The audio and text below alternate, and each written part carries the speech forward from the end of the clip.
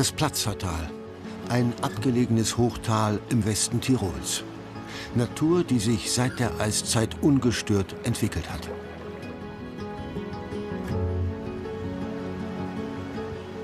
Einfach eine komplette Unberührtheit drückt das für mich aus. Ein Refugium nicht nur für Mensch, sondern auch für Tier.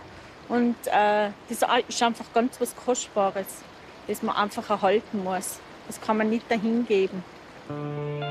Genau das aber ist geplant. Das Platzertal soll untergehen. In einem Stausee für ein neues Großkraftwerk, so wie es derzeit schon 50 Kilometer entfernt in Kütai geschieht. Auf einer der größten Baustellen Europas wird hier die Berglandschaft zum Produktionsort für Strom. Denn der Energiehunger in Europa steigt. Und es braucht Speicher für die Energiewende. Die Gesellschaft muss sich überlegen, wie will ich das schaffen, wie will ich das tun. Und ich muss dann vielleicht auch was opfern. Aber wie viel muss die Gesellschaft wirklich opfern? Wird die Natur zur Leidtragenden der Energiewende? Wir haben die Entwicklung 6 Monate lang dokumentiert.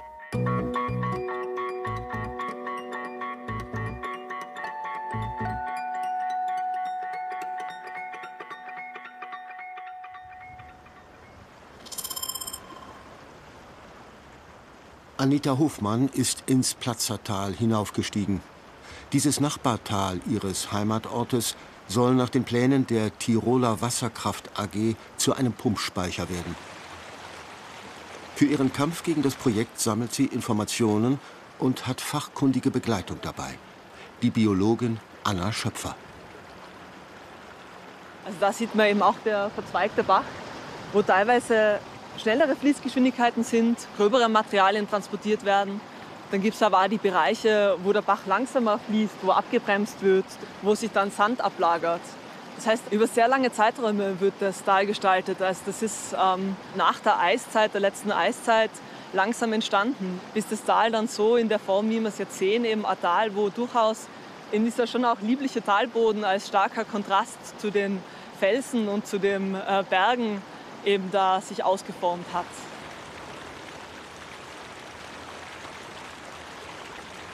Die Besonderheit dieses Lebensraums zeigt sich bis in kleinste Details.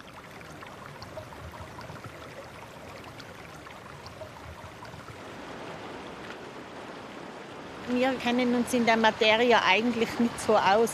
Wir können jetzt einfach nur sagen, von unserem Gespür her, dass das einfach wichtig ist, einfach zu bewahren. Und darum sind wir engagiert, dass das so bleibt einfach. Auf 2200 Meter Höhe zieht sich das Platzertal rund 5 Kilometer weit in die Berge. Moore mit einer Ausdehnung von 10 Fußballfeldern sind hier über die Jahrhunderte entstanden. Das sind auch Kaulquappen. Ja? Da hinten waren auch schon welche. Das sind insgesamt sicher mehrere hundert. Ja, in so Orten, die wirklich auch widrige Umweltfaktoren sozusagen haben, lange Schneebedeckung, viel Wind, teilweise extreme Hitze auf die Felsstandorte, dass sich eben da eben auch Leben ausbildet, eben oft diese spezialisierten Arten, die ganz seltenen Arten.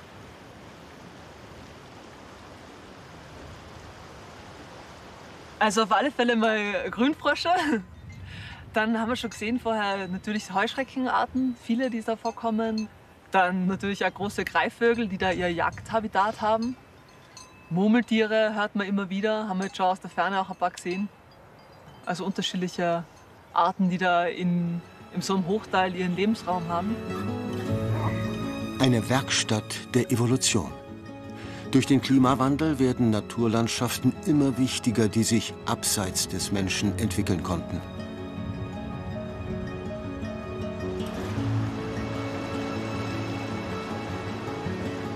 Man merkt es eigentlich schon, wie sehr große, weite Teile von Tirol, natürlich vor allem das Inntal, einfach vom Menschen schon beansprucht, geprägt, kultiviert sind. Auch ja, viel Versiegelung.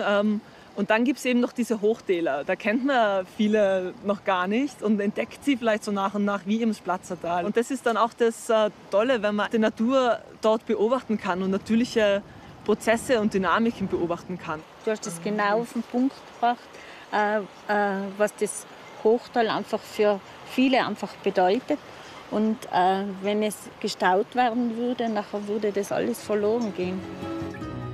Genau an dieser Stelle soll nach den Plänen der 120 Meter hohe und 450 Meter breite Staudamm stehen. Mit einem oberen Becken, in diesem Fall das Platzertal, und einem unteren nutzt ein Pumpspeicher das natürliche Gefälle. Im Berg befinden sich Generator und Turbine. Bei hohem Stromangebot wird Wasser hochgepumpt, bei Bedarf wird es wieder abgelassen und dadurch Strom erzeugt. Auf der anderen Seite des Bergkamms befindet sich das Kaunertal mit verstreuten Dörfern, in denen 600 Menschen leben. Anita Hofmann ist hier geboren und aufgewachsen. Früher hatten sie noch einen kleinen Bauernhof. Ganz am Ende des Tals gibt es bereits einen Stausee. Von hier aus soll die Baustelle durch den Berg ins Nachbartal getrieben werden. Das geplante Großkraftwerk ist zum Lebensthema geworden, das die gesamte Familie prägt und beschäftigt. Ihre Töchter, die inzwischen auswärts leben, sind zum Kaffee gekommen. Ja, okay.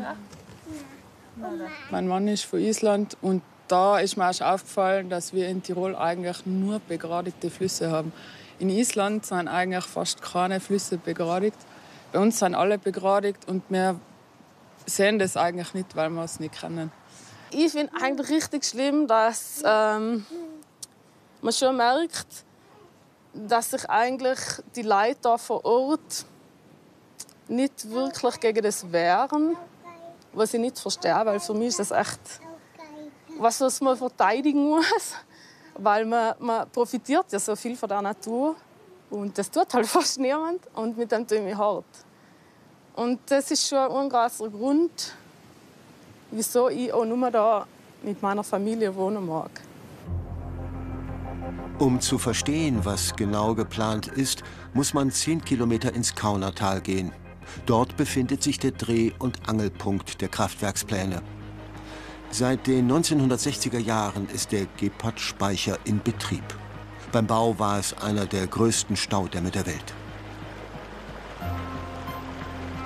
Wolfgang Stroppa, der Projektleiter der Tiroler Wasserkraft AG, TIWAG, setzt den Kurs um, den der staatliche Energieversorger und die Landesregierung wollen. Den Ausbau der Wasserkraft mit zusätzlichen Pumpspeichern. Die Neubaupläne knüpfen dabei an bestehende Anlagen an.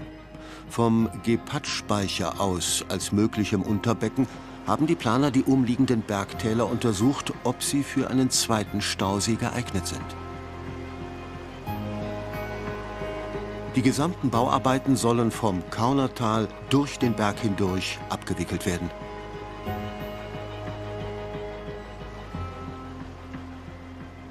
Ich denke, jeder von uns weiß, dass die Energiewende notwendig ist für die Zukunft, dass wir weg wollen von den fossilen Energieträgern.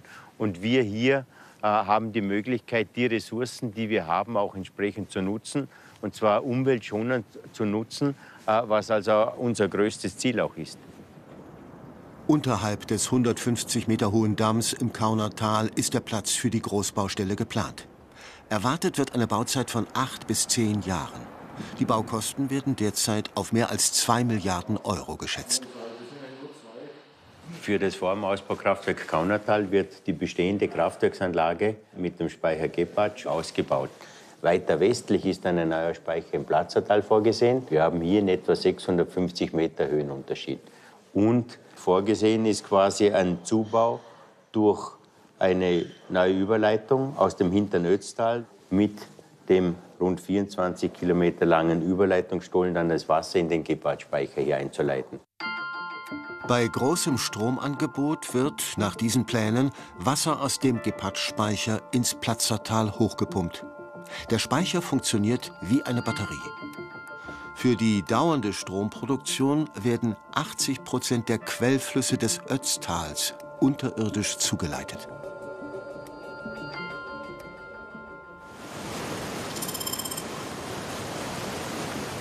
Die Ötztaler Ache, aus der der Großteil des Wassers kommen soll.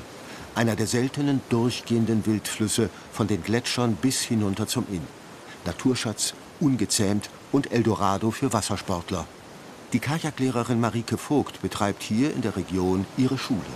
Ich war zum ersten Mal an der Ötztaler Ache, da war ich 15, glaube ich. Und ich habe hier Kajakfahren gelernt oder viel von dem, was ich gelernt habe, hat sich hier abgespielt. Der Abschnitt, den wir jetzt fahren, der ist an sich nicht so schwer. Aber dadurch, dass er eben so viel Wasser hat und so braun ist, wirkt er ja trotzdem immer so bedrohlich. Und ich mag das einfach extrem gern. Ja.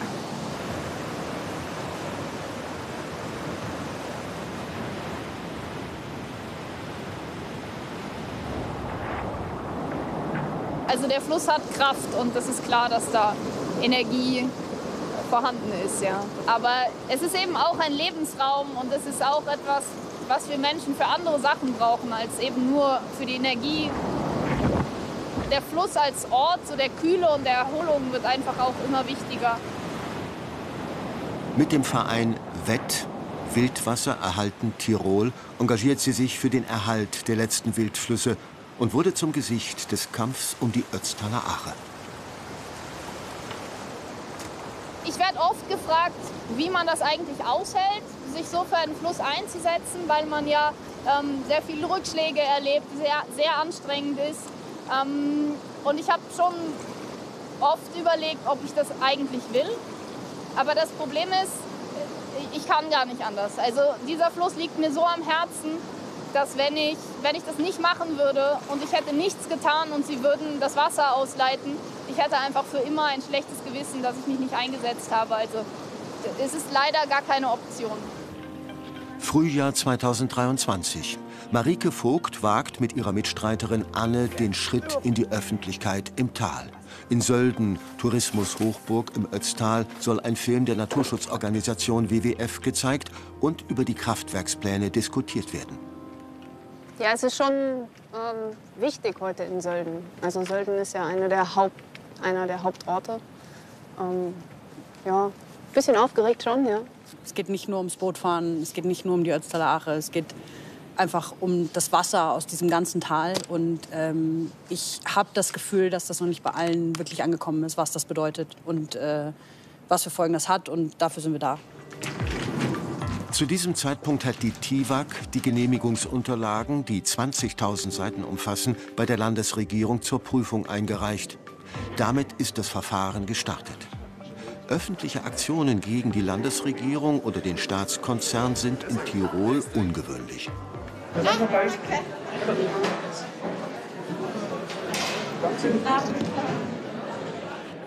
Der Andrang ist größer als erwartet. Rund 300 Menschen aus Sölden und den Nachbardörfern treffen ein.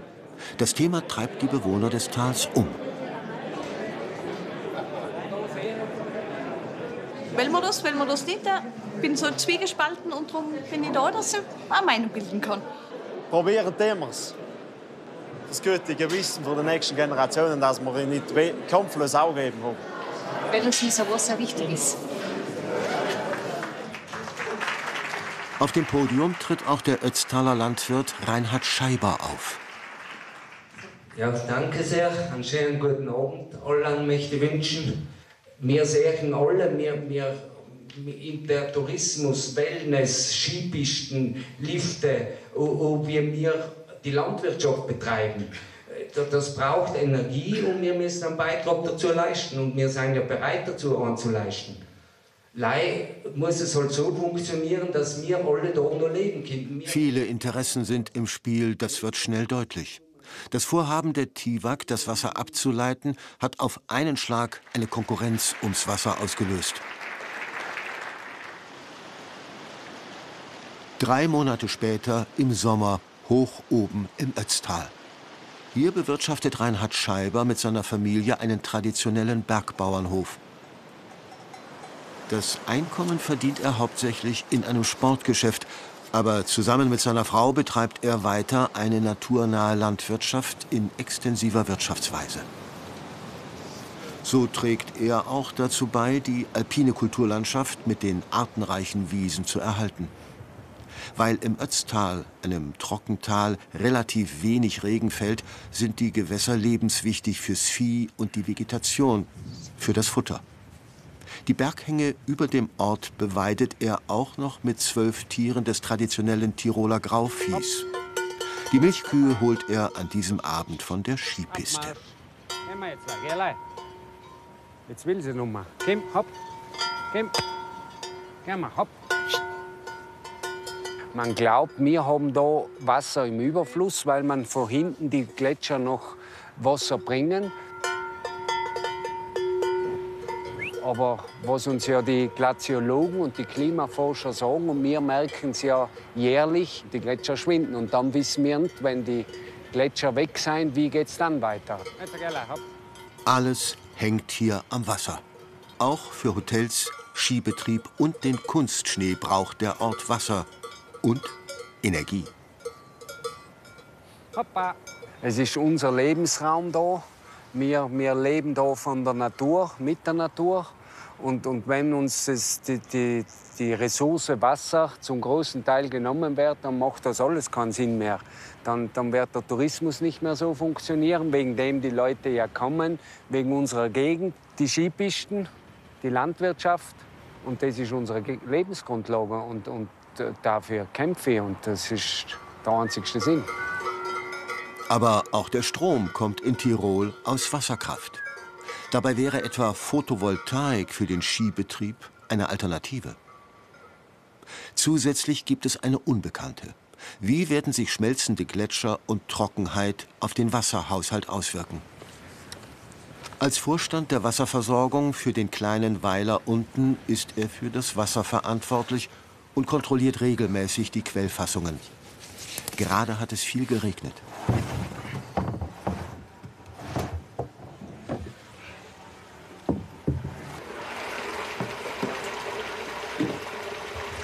Sieht gut aus.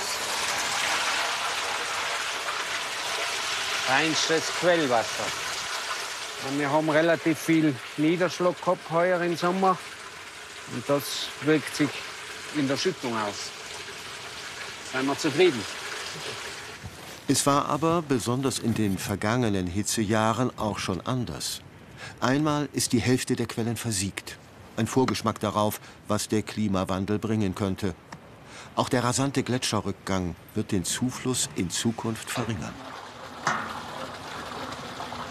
Bei der schaut es jetzt nicht mehr ganz so gut aus. Man sieht, da ist der Ablauf ins System rein. Und der ist schon der halbe im Freien. Also die Quelle schüttet nicht mehr das, was eigentlich gebraucht wäre. Die trockenen Sommer der vergangenen Jahre haben sich bemerkbar gemacht. Wir haben den stärksten Rückgang genau letztes Jahr gehabt. Da haben wir auch gemessen, also von 2009 weg, den wir jährlich messen, die Schüttungen der Quellen. Und da haben wir eigentlich bis letztes Jahr ein Drittel vom Wasser verloren, was ausbleibt, was weniger ist. Die Grenzen der Ressourcen liegen hier offen zutage. Und auch die Notwendigkeit, gut damit hauszuhalten. Im Kaunertal gibt es an den Berghängen über dem Gepatschspeicher in diesem Sommer immer wieder Murenabgänge. Der WWF hat neue Gutachten vorgelegt, die ein steigendes Risiko für Hangrutschungen darlegen. Anita Hofmann befürchtet, dass das tiefer liegende Tal und die Dörfer von der labilen Geologie bedroht sind. Wenn ein Ausbau stattfinden würde, wäre hier der Ansatzpunkt für den unterirdischen Bau und das neue Pumpkraftwerk im Berg. Genau in dieser Seite würde der Zugangsstollen Richtung Platzertal kommen. Die Seite ist sehr instabil, besonders in letzter Zeit. Wie man sieht, da oben hat man einen Ablenkdamm gemacht. Wir haben schon gekommen, dass wenn der Ausbau des Kraftwerks Kaunertal kommen würde, dass nachher einfach der Hang dem einfach nicht standhält, weil man einfach den Hang nachher anschneidet und einfach in die Tiefe geht. Und ja, da muss man nachher auch schauen, wie sich das ganze Gelände da einfach verhält. Die Berggipfel ragen hier über 3000 Meter hoch auf. Es ist die Höhenzone, die der Klimawandel besonders verändert. Die Felsen werden brüchig, die Gletscher schmelzen. Mit Auswirkungen, die bisher nur schwer abgeschätzt werden können, aber die Bewohner wie Anita Hofmann zusätzlich beunruhigen. Ich hätte mir nie gedacht, dass das eigentlich einmal so ein Thema für mich wird in meinem Leben. Dass ich da so engagiert bin, einfach das so zu bewahren, die Region, so wie sie ist, und dass nicht noch einmal so ein Speicher in der Nähe einfach gebaut wird. Die Hangbewegungen werden von einer automatischen Messstation auf dem Damm überwacht.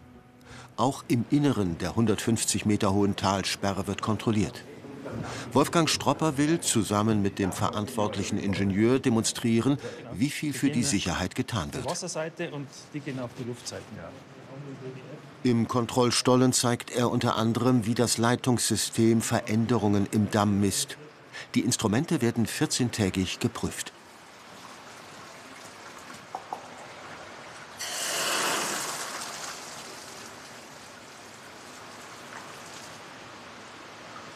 Das Thema Sicherheit ist ein sehr hohes Gut und das ist uns auch wirklich wichtig.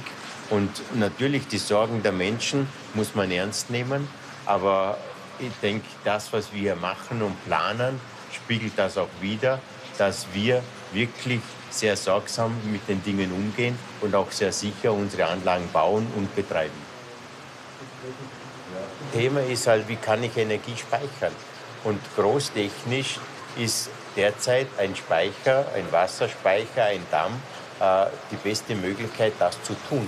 Und ich denke, auch mittelfristig wird es hier keine besseren Optionen geben. 900 Megawatt sollen oben im Berg und am bestehenden Kraftwerk am Inn installiert werden. Strom für 200.000 Haushalte soll zusätzlich erzeugt werden. Als Umschlagplatz von Strom im europäischen Hochspannungsnetz will Tirol die Gebirgstäler zur Batterie umwandeln. Über die Berge führen die Leitungen auch direkt nach Bayern.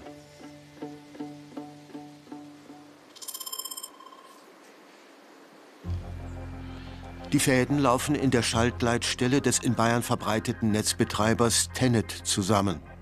Ingenieure prognostizieren hier Erzeugung und Verbrauch und stellen entsprechende Leitungskapazitäten zur Verfügung.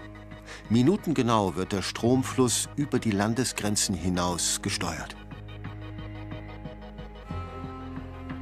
Das Höchstspannungsnetz Deutschlands ist eingebettet in das europäische Verbundnetz.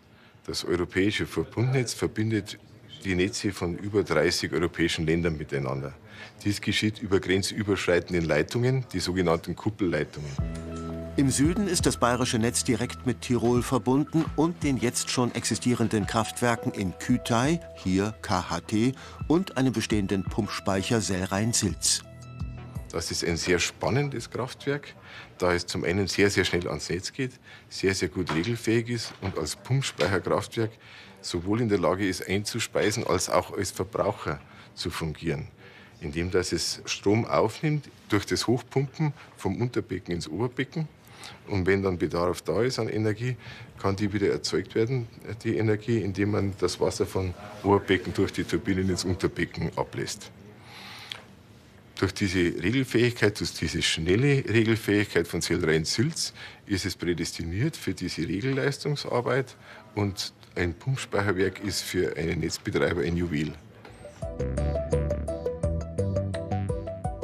Anders als konventionelle Anlagen produzieren Wind- und Sonnenkraftwerke die Energie mit großen Schwankungen, die ausgeglichen werden müssen.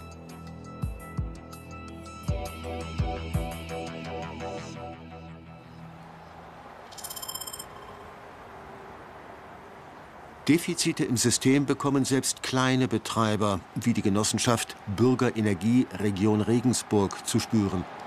2017 haben sie diesen Solarpark aufgebaut und werden begleitet von Michael Sterner.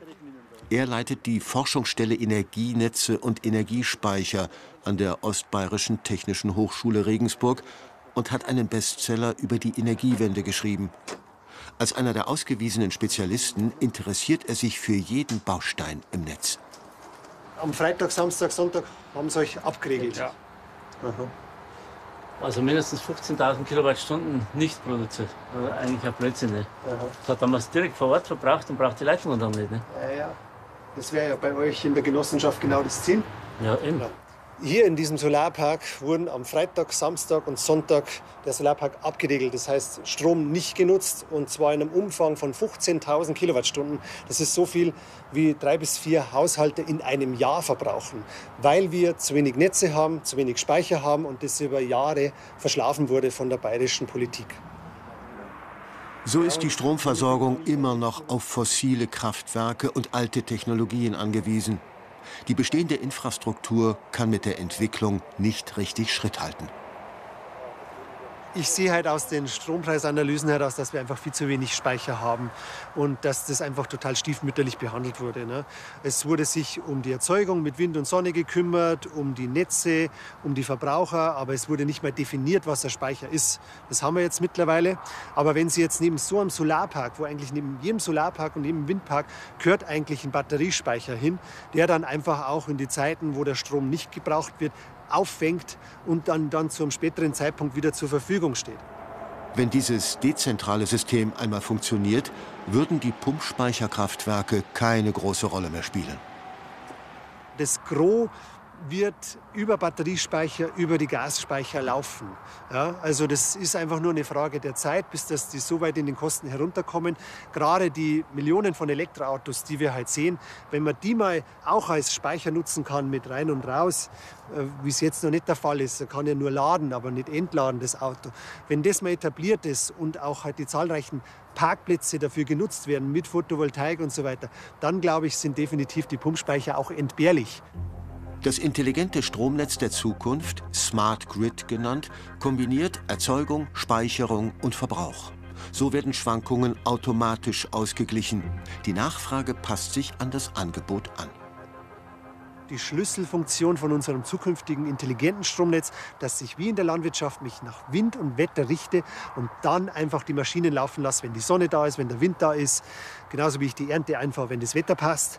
Und das soll kommen schon längst über die ganzen intelligenten Zähler, sodass ich zu Hause dann den Strom verbrauche, wenn er da ist. Ich habe zu Hause auch einen Stromtarif, der ein ganz normaler Zähler, in dem ich halt einen kleinen Lesekopf drauf habe für Infrarotschnittstelle, der funkt meinen Strombedarf ins Netz zu den Servern und ich habe jede Stunde einen anderen Strompreis. Das heißt, wenn ich heute meine Geräte programmiere oder sage, jetzt lade ich das Elektroauto, dann mache ich das in den Zeiten, wo ich sehr viel Wind- und Solarstrom habe, also wo der Strompreis im Keller ist, weil Wind und Sonne machen uns wirklich, die garantieren uns einen günstigen Strompreis.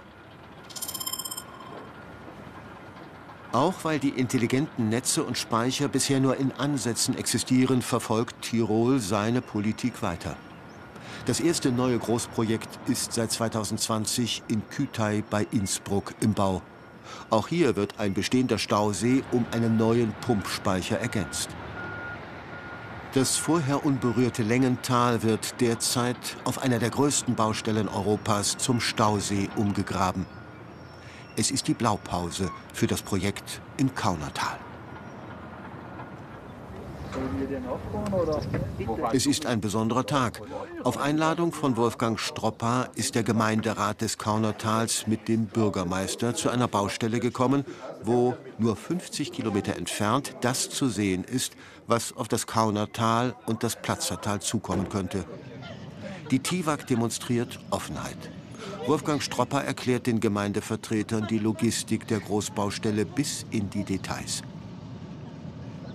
Ja, ist die Materialprüfanstalt, damit wir also auch gleich Proben nehmen können vom Beton plus oben auch vom Material, das wir schütten. Ja. Jetzt habt ihr wirklich alles da? Ja, es muss nur angeliefert werden, das eine oder andere. Ja. Also das sind, wir reden jetzt da, was ich jetzt im Kopf habe, weil das war ja ein Thema, ungefähr so 17 bis 20 Lkw-Fahrten am Tag. Am Tag? Am Tag. Aha. Und das heißt, das ist für die Bevölkerung, für die anderen, die an der Straße sind, auch wirklich nicht ein Thema, dass sie sagen, das geht nicht, das ist nicht schluckbar, ist kein Thema, das funktioniert. Das funktioniert. Aha. Christian Karlsberger, der Kaunertaler Bürgermeister, lässt schnell erkennen, dass er das neue Kraftwerk mittragen würde. Hier erlebt er die größten Baufahrzeuge im Einsatz. Aus 7 Millionen Kubikmetern Gestein wird zentimeterweise der Damm aufgeschüttet. Natürlich ist es beeindruckend, gell? Wenn man das sieht, ist schon unglaublich. Gell? Man muss schon einmal sagen, die ganze Ingenieurleistungen dahinter, das muss man schon einmal sagen. Hut ab, dass man sowas überhaupt bauen kann. Ich will mich dazu jetzt gar nicht äußern. Da, glaube ich, braucht es noch viele Nächte, um da wirklich eine Entscheidung zu treffen. Man kennt die Projekte halt für die Bilder her, aber wenn man live vor Ort ist, gibt es schon ein anderes Bild. Also die Dimension sieht man erst da, wenn man direkt vor der Baustelle ist. Genau wie beim geplanten Ausbau Kaunertal spielt sich ein Großteil der Kraftwerksanlage unterirdisch ab. Durch Stollen, durch die 2026 das Wasser strömen soll, führt die Tour zum späteren Herzen des Pumpspeicherkraftwerks, der 40 Meter hohen Kaverne, in der die Pumpturbine installiert wird.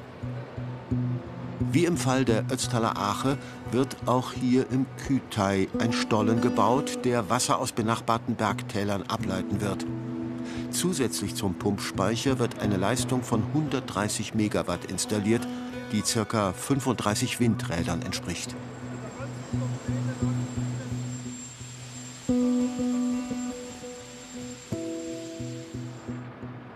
Dann ist noch ein Höhepunkt für die Besucher eingeplant: der hautnahe Kontakt mit einem 100-Tonnen-Muldenkipper. Geht sie nicht raus? Ja, Wahnsinn, das ist unglaublich.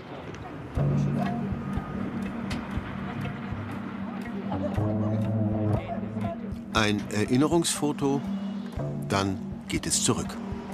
Etwa 8 Jahre Bauzeit sind hier veranschlagt, ähnlich wie für das Projekt im Kaunertal. Hier im Kühtai soll der Betrieb im Jahr 2026 starten. Ich hoffe, dass der Eindruck euch ein bisschen ein Gefühl gegeben hat, wie so eine Baustelle ausschaut. Was sind denn jetzt vielleicht auch die Themen für die Gemeinde? Es ist sehr gewaltig, riesig alles. Also man hat von den Erzählungen her überhaupt keine Vorstellungen, wie groß das ist. Und jetzt gehen einem natürlich Tausende von Gedanken durch den Kopf, wie sich das alles dann im Kaunertal ausgehen soll.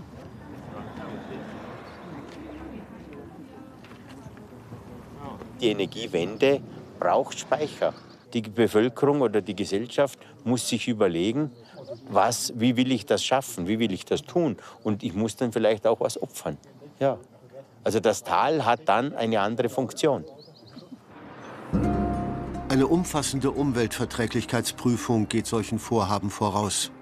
Sie soll den Schaden und mögliche Ausgleichsmaßnahmen abwägen.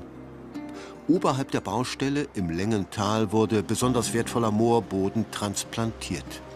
Bewässert von umgeleiteten Bächen soll das alpine Ried an der neuen Stelle wieder anwachsen. Die Ausgleichsmaßnahmen für das Neubauprojekt im Kühtai erstrecken sich bis ins Inntal. Auf 3 Kilometern Länge wurde der zuvor kanalisierte Fluss an dieser Stelle vor kurzem aufgeweitet und mit natürlichen Strukturen versehen.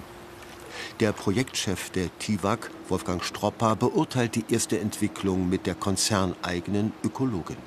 Und die Insel, die wird dann so, wie sie sich entwickelt, einfach belassen. Also die eigendynamische Entwicklung der Ufer, die schaut für mich sehr gut aus.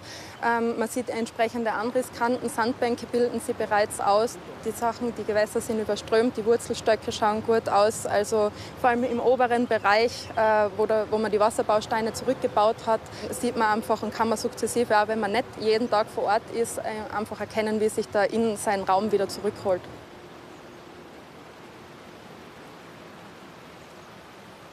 Als Techniker sage ich, natürlich ist es wichtig, dass wir auch hier was für die Natur machen. Wir nehmen einen Teil der Natur und wir wollen aber der Natur was zurückgeben. Als Ökologe wird dieser Abwägungsprozess wahrscheinlich schwieriger sein, weil jetzt sage ich mal, vielleicht über Jahrhunderte gewachsene Struktur sicher nicht vergleichbar ist mit der, die wir hier entwickeln. Aber sie kann sich wieder entwickeln zu dieser Natur.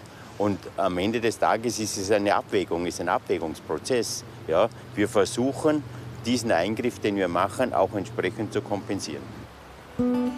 Knapp 10% der Investitionssumme, die im Fall Kühtai rund 1 Milliarde beträgt, steckt die TIWAG nach eigenen Angaben in den Ausgleich. Der Zustand der Gewässer beschäftigt vor allem die Fischer tagtäglich.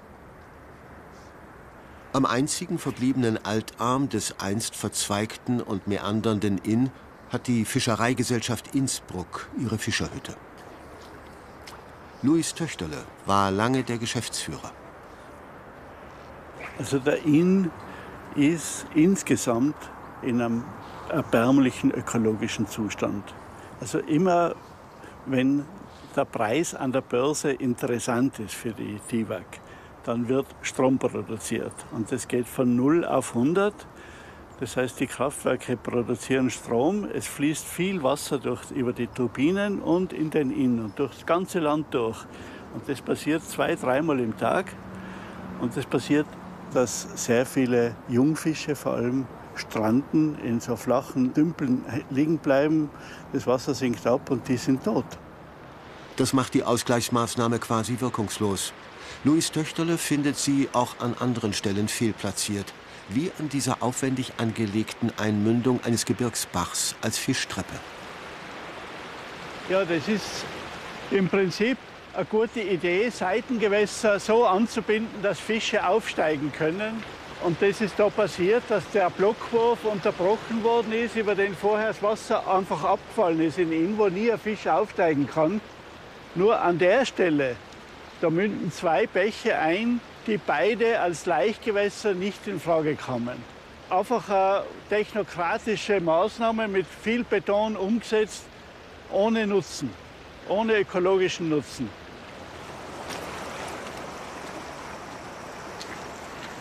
Von der jetzt aufgebrochenen Uferbarriere führt der Kanal nur ein kurzes Stück unter der Autobahn durch in Richtung freies Gelände.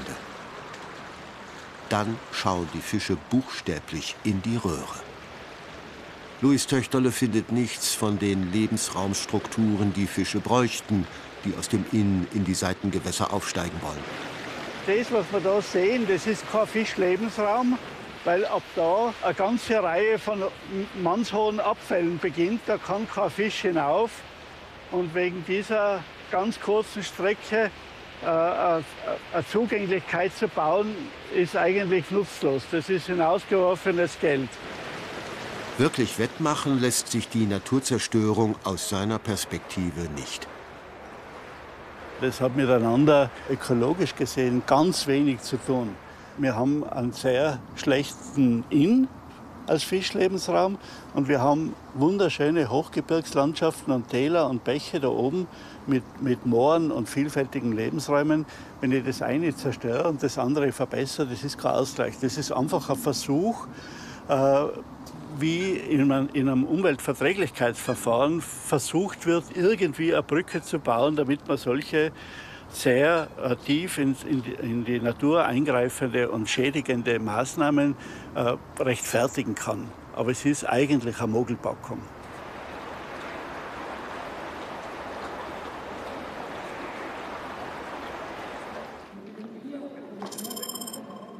Der Protest gegen den Kaunertal-Ausbau hat inzwischen die Landeshauptstadt erreicht, wo die Zentrale der staatseigenen TIWAG und die Regierung nebeneinander ihren Sitz haben. Der WWF, weitere Umweltverbände, die Alpenvereine in Deutschland und Österreich beteiligen sich am Widerstand. Für Marike Vogt, die Kajaklehrerin, und Anita Hofmann aus dem Kaunertal ist es ein entscheidender Tag. Ja, ich habe schon Hoffnung. Weil wenn wir jetzt nicht aufstehen, dann können wir das wahrscheinlich nicht zum Fall bringen. Und jetzt muss einfach die Masse aufstehen.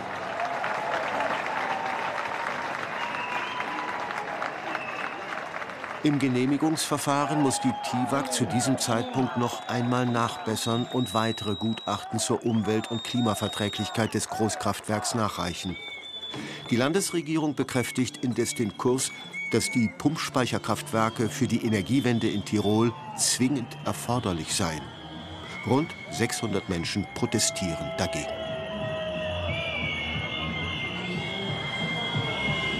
Es ist gewaltig, am Platz sah so wenig Menschen aus, aber in Wirklichkeit die ganze Straße ist voll, die Stadt dröhnt und es sind einfach so viele verschiedene Menschen. Ich bin mega begeistert. Von der Politik oder der TIWAG zeigt sich niemand. Für Anita Hofmann aus dem Kaunertal ist der Tag dennoch ein Etappensieg. Voll super. Ich fühle mich darin bestärkt in dem, was wir tun. Oft hat man das Gefühl, man ist alleine. Und wenn so viele Leute hinter einem gehen und hinter einem durch die Stadt ziehen, dann ist das voll ein gutes Gefühl.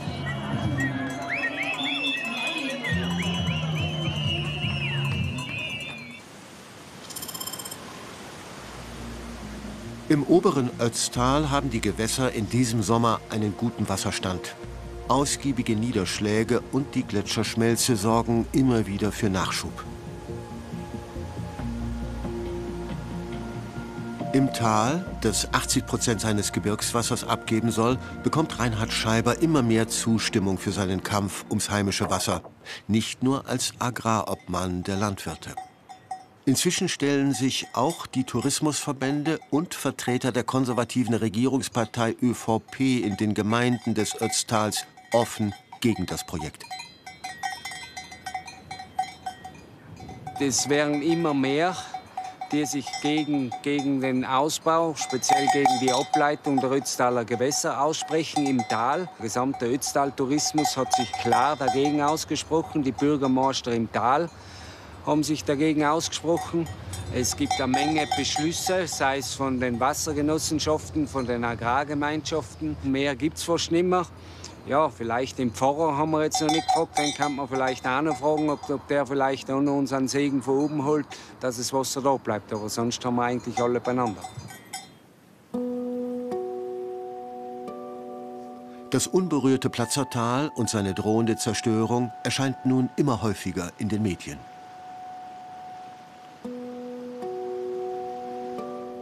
Markierungen zeugen von den Planungen für den Staudamm.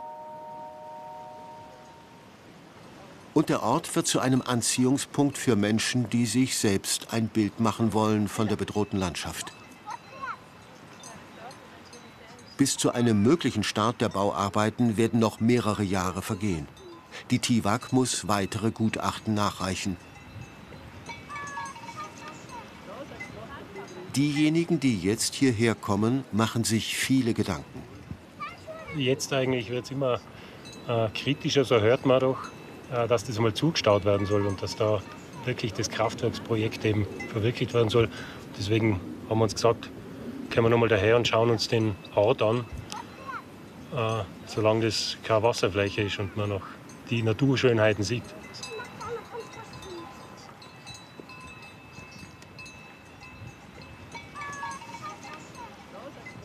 Also bei uns gibt es keine irgendwie wahrnehmbaren Bemühungen von Energiesparen.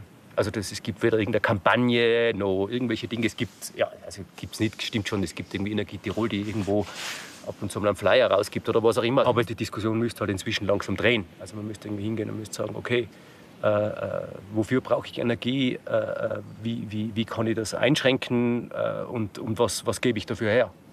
Und die Diskussion gibt es, also ich nehme es in Tirol nicht wahr, sagen wir mal so. Ja. Tirol ist zu einem Schauplatz geworden, wo die Konkurrenz ums Wasser und die Debatte um Klimaschutz kontra Naturschutz offen zutage treten. Themen, die das Land, seine Bewohner und auch uns noch jahrelang intensiv beschäftigen werden.